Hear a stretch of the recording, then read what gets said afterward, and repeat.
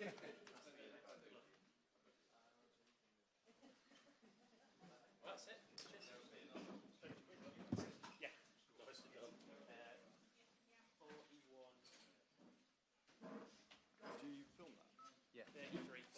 I'll do the questions.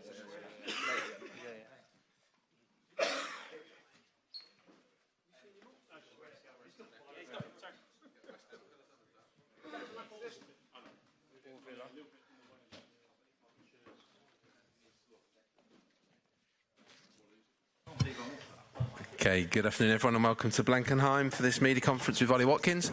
As ever, we can keep it to 3 questions per person, then we'll just ensure we can get around as many of you as possible. So we'll start with Alex Howell. And sorry, just a reminder, we'll have an embargo section at the end as well, till 10:30. Alex. Ollie, congratulations for the goal the other night. How's it been coming down, the emotions after something that dramatic? Yeah, it's been an unbelievable feeling, to be honest. One that I was taken back by the goal, but also I wasn't shocked that I did that, really, because I have full belief in myself. I knew when I was going onto the pitch that I was going to score. You know, I manifested it. I had worked very hard to get to that point. So it's been an amazing feeling, but I'm not shocked. That was kind of my next question. After doing something like that, you said you manifested it, but does it give you even more belief heading into the final? You could have a similar impact. Yeah, definitely. I've got that fire in my belly, ready whenever I'm called upon, and hopefully I get the call to come onto the pitch again, and then hopefully I can produce.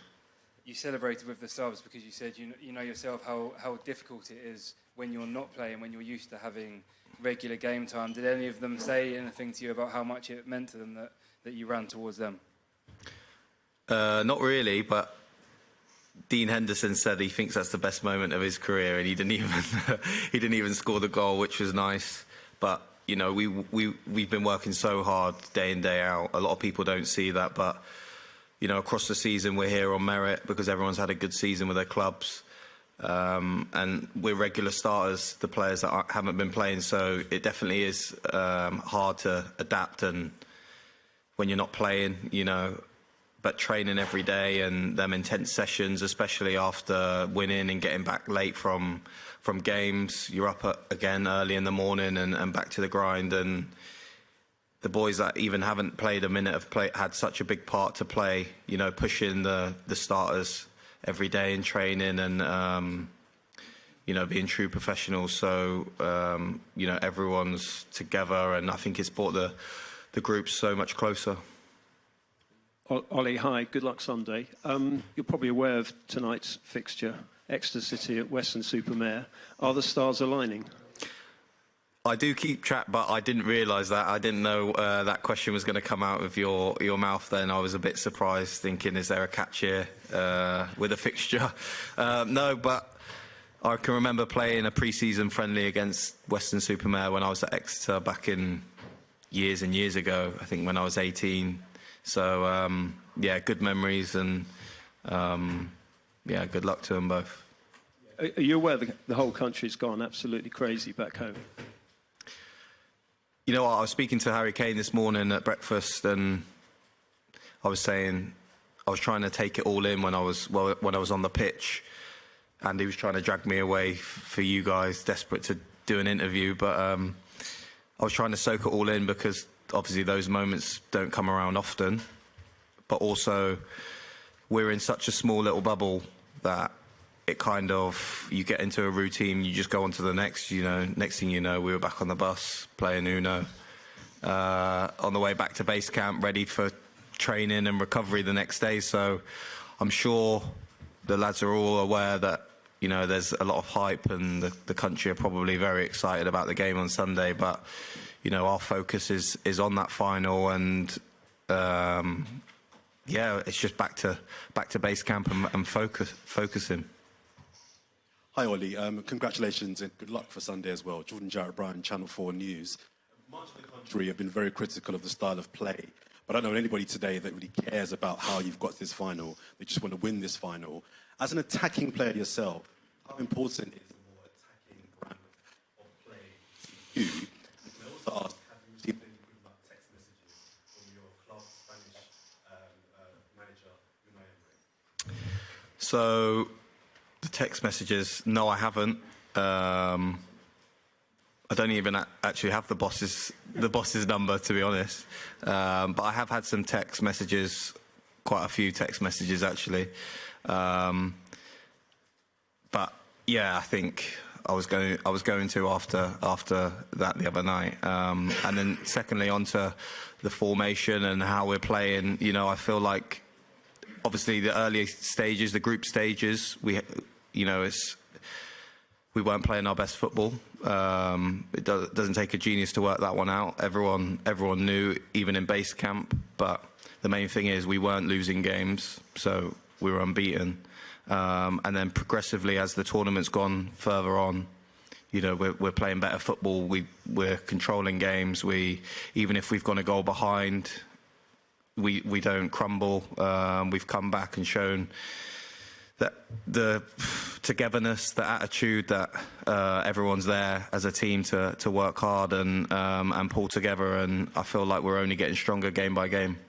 And it's also been noted that many strikers across the competition, it's not really a strikers tournament from what we've seen, but with England, do you feel that depth in that particular part of your squad has given you the edge so far and could be the difference on Sunday? Yeah, definitely. I feel like there's three strikers, me, H and Ivan, and we all have different attributes. And, you know, as a manager, I think you want as many options as possible. As much as it gives you a headache and sometimes, it's also perfect to have them options and being able to choose from, you know, different quality strikers. Thanks. Kerry? Hi, Ollie. Congratulations Thank you. on the last match and good luck going into this final. I want to take you back to Newton Abbot, Newton Town, and ask you, what was the first memory you have of sitting down and watching an England match? Where were you? Who was it? I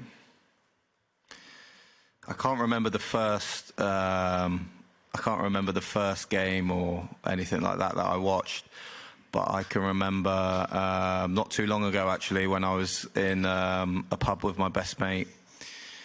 I was watching an England game. I was in a goalkeeper shirt, I think a cheap goalkeeper shirt from Sainsbury's, and that was probably a good memory that I can remember. You know, being a fan and you know, just enjoying the moments. And now it's crazy to think that I'm here. I've played such a big part of us getting to the final, and yeah, it's a bit surreal, really. You talk about it being surreal. David Beckham mentioned your goal on his Instagram, compared it to his Greece goal, and you said he didn't actually tag you in, but you said his goal was better. You do appreciate that your goal has got this team into the European final, right? Yeah, I think obviously Beckham's. I just think his technique and a free kick from a dead ball situation is probably a lot harder.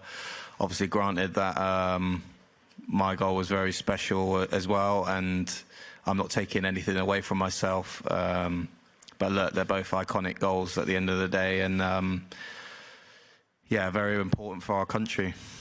There's been a message from the King of England, King Charles, who's saying, if I can encourage you, the England team, to secure victory before the need for any last-minute wonder goals or another penalty drama, I'm sure the stresses on the nation's collective heart rate and blood pressure would be greatly alleviated. Can you confirm or deny the rumour that these last-minute goals are all just for limbs? No, as much as it obviously makes it more exciting, I feel like personally we don't care how we win or score, as long as the ball goes in the back of the net and we come off the pitch, you know, winning the game, it doesn't matter. And it's been announced now that whoever ties for the Golden Boot, it won't come down to assists. There will be Golden Boots for every player tied. How much of an incentive is that for everyone in the camp as well?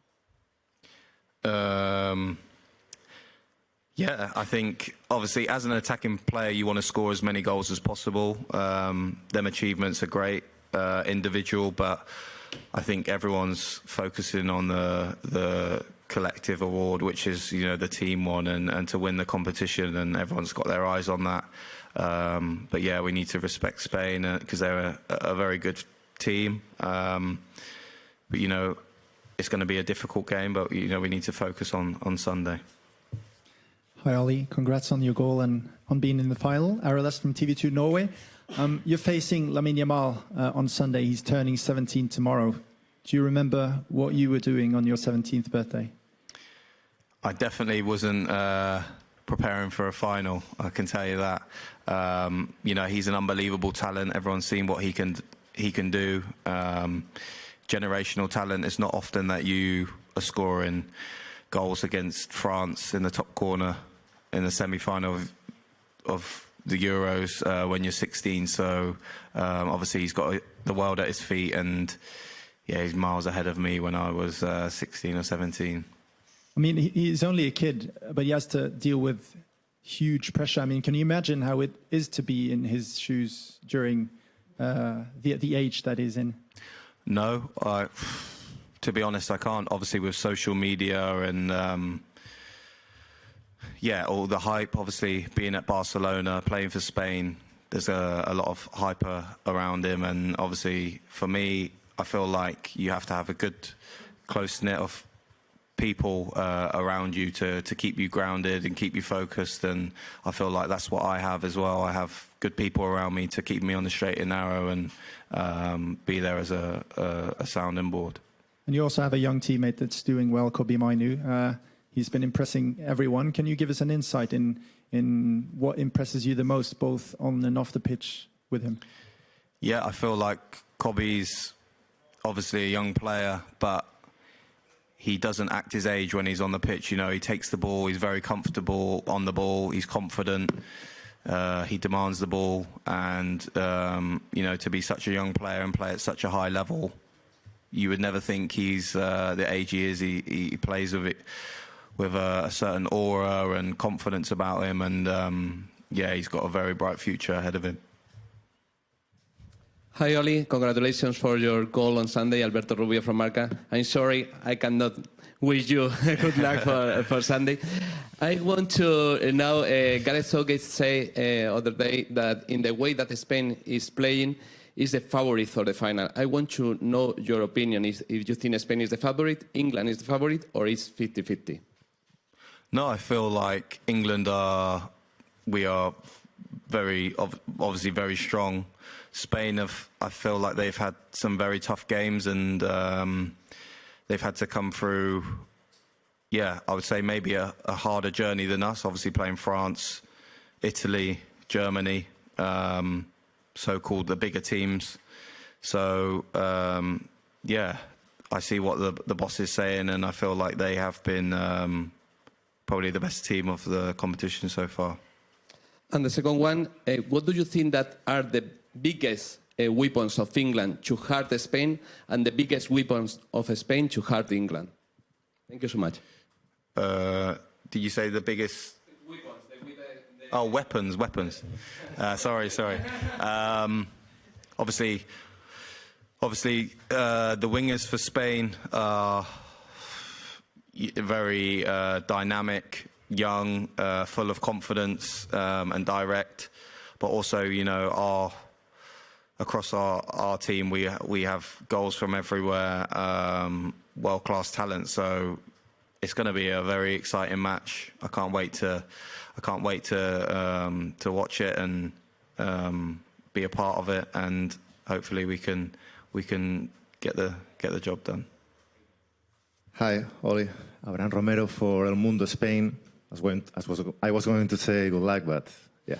And you have a Spanish coach in Aston Villa, teammates like Pau Torres and Alex Moreno. You have Jude Bellingham in the locker room of England national team. What do you think about Spain and what they are saying to you about Spain and the football, Spanish football? Thank you. To be honest, I've been in a little bit of a bubble. I've just been concentrating on ourselves, preparing day by day for training, then focusing on the game. So I'm not aware of anything that the Spanish players have said or the coach. I'm just focusing on myself and the team and, getting ready for Sunday. Faye? Hi, Ollie. Yeah. Kyle Walker just listed your goal as his top moment of the Euros so far. When did you first watch it back? And also, when you talk about manifesting it, how does that process work for you? I think I watched it quite a few times when I got back to base camp. It was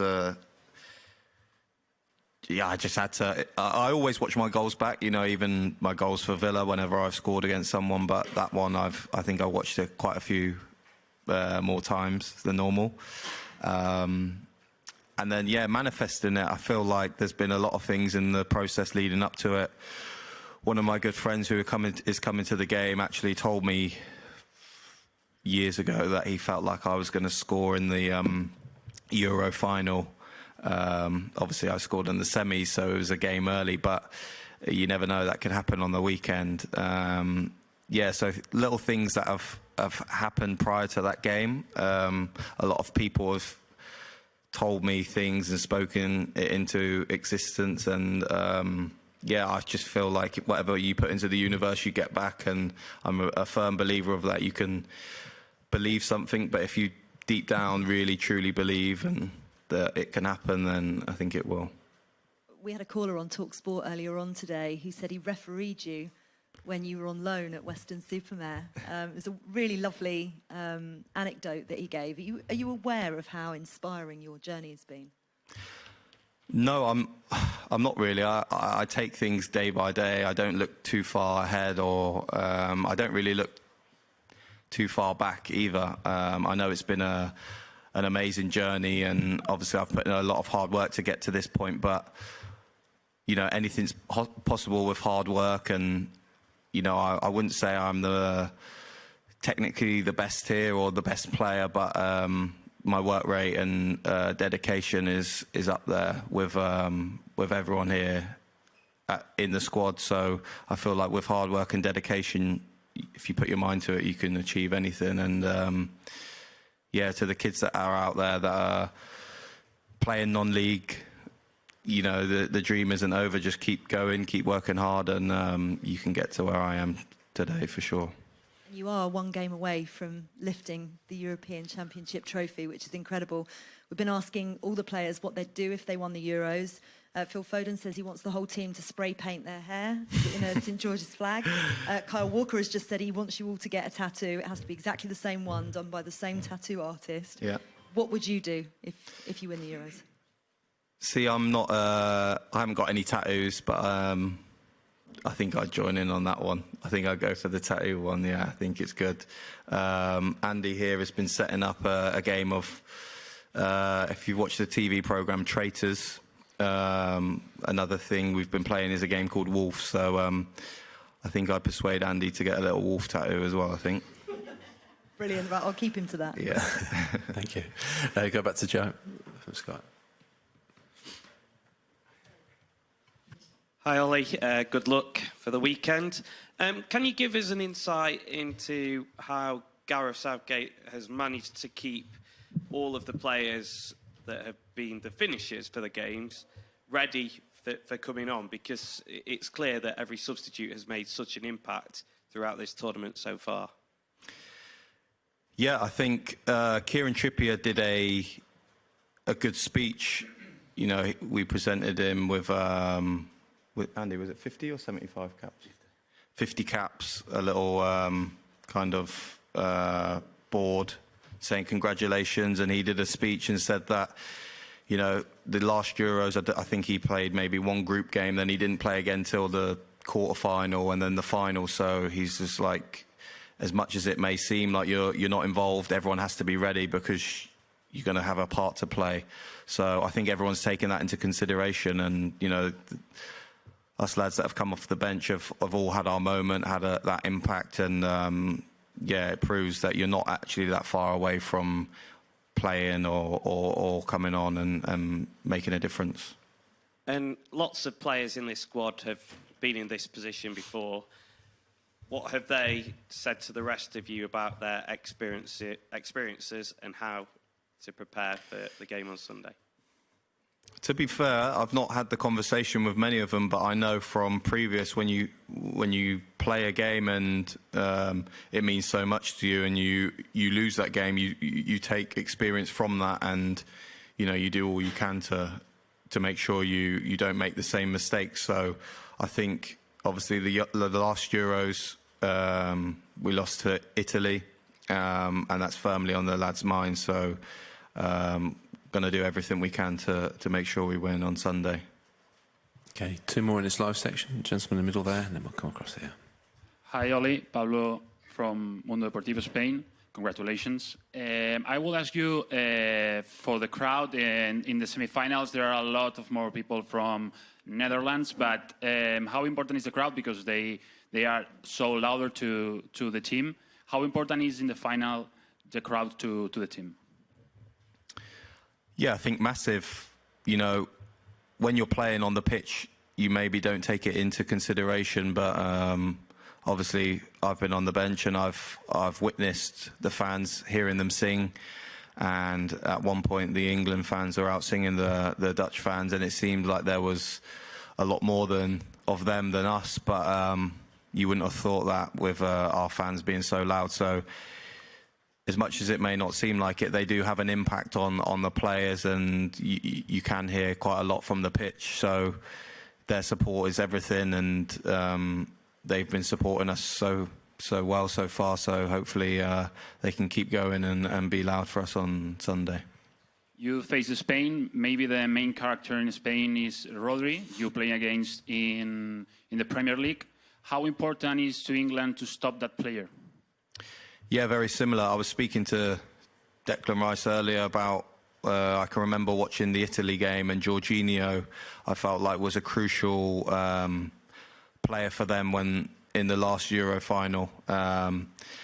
So this time, obviously playing against Rodri, everyone knows his talent. He's a world-class player, and I feel like he is crucial for the way they build up. So if we can stop the ball from getting into him, it makes our life a lot easier. But it's never that simple with a world-class player like himself.